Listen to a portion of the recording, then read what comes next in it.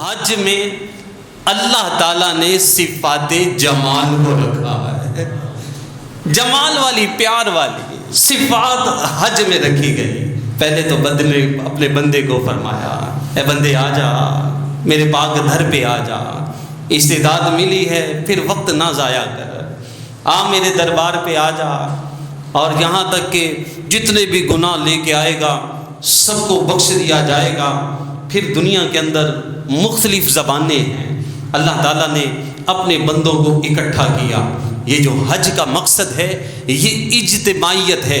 اسلام کے اندر یہ تصور رکھا گیا ہے کہ اجتماعیت کو قائم کیا جائے۔ جماعت کس لیے ہے؟ اجتماعیت کو قائم کیا جائے۔ نماز جمعہ کس لیے ہے؟ اجتماعیت کو قائم کیا جائے۔ نماز عید کس لیے ہے؟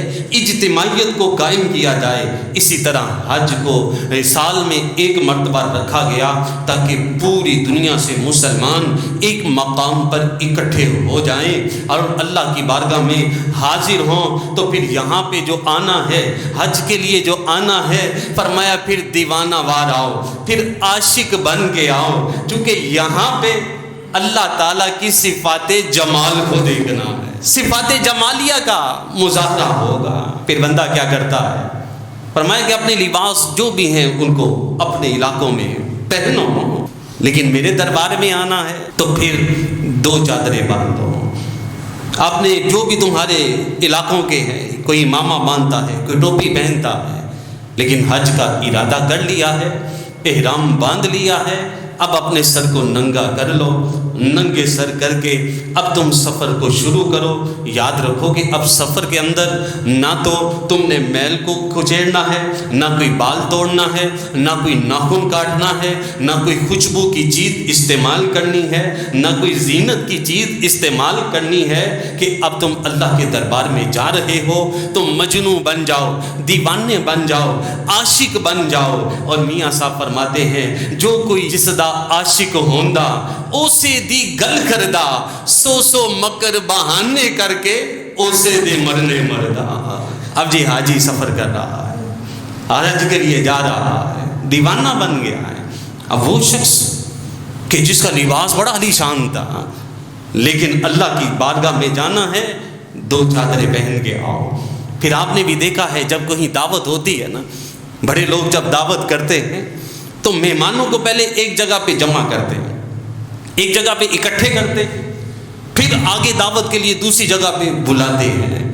اسی طرح حج میں فرمایا کہ پہلے اکٹھے ہو جاؤ، آ جاؤ 8 ذو الحجہ تک مکے میں داخل ہو جاؤ، مکے میں آ جاؤ، 8 ذی الحجہ کی فجر پڑھ کے آؤ، مینا میں آؤ، مینا میں 5 نمازیں ادا کرو، پھر مینا سے چلو میدان عرفات میں آ جاؤ، اور میدان عرفات میں پھر حاجی آ جاتے ہیں، اور میدان عرفات میں یہ وقوف عرفہ کہلاتا ہے۔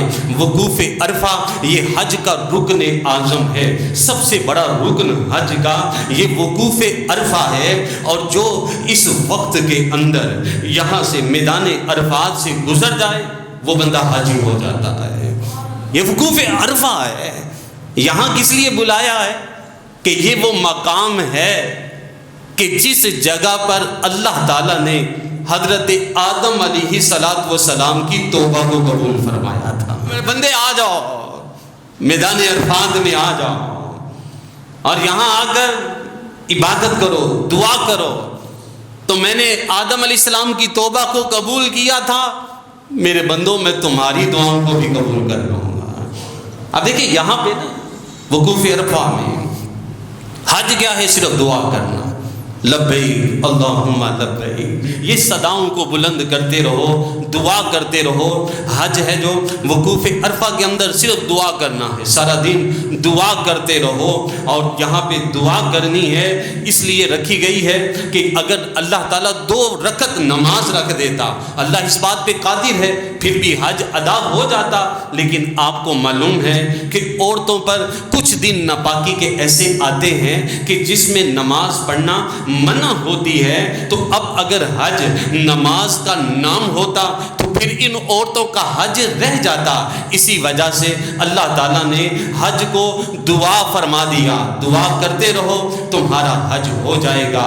پھر یہاں وقوف عرفہ میں، میدان عرفات میں سارے حاجی موجود ہیں۔ اللہ تعالیٰ فرشتوں کے سامنے فخر کرتا ہے، فرماتا ہے فرشتوں دیکھو تم تو کہہ رہے تھے کہ مولا انسان کو نہ بنا، یہ قتل و غارت کرے گا، فساد کرے گا، اور یہ تو یہاں اپنے گھروں کو چھوڑ آئے ہیں، اپنے علاقوں کو چھوڑ آئے ہیں، اپنے لباس اتار کے 2 چادریں پہن کے آ گئے ہیں اور لبیک اللہم لبیک کی صداؤں کو بلند کر رہے ہیں۔ فرشتوں تم گواہ ہو جاؤ، جتنے بھی میدان عرفات میں حاضر ہیں میں نے سب کو بخش دیا ہے۔ اور یہاں فرمایا گیا حاجی کے لیے کہ وہ اعتقاد رکھے کہ میری بخشش ہو گئی ہے۔ فرمایا اللہ تعالیٰ ناراض ہوتا ہے اس شخص سے جو میدان عرفات میں آ کر یہ تصور کرے کہ میری بخشش نہیں ہوئی، اللہ تعالیٰ اس سے ناراض ہوتا ہے۔ پھر فرمایا گیا حدیث پاک میں کہ میدان عرفات کے دن جب حج ہوتا ہے، اس حج کے دن شیطان روتا ہے، چلاتا ہے اور کہتا ہے میری سال بھر کی محنت ضائع ہو گئی، ان پہ جو ساری زندگی محنت میں نے کی تھی وہ میری محنت برباد ہو گئی، اس لیے کہ وقوف عرفہ کی حاضری کے صدقے میں اللہ تعالیٰ نے مسلمانوں کی بخشش فرما دی ہے۔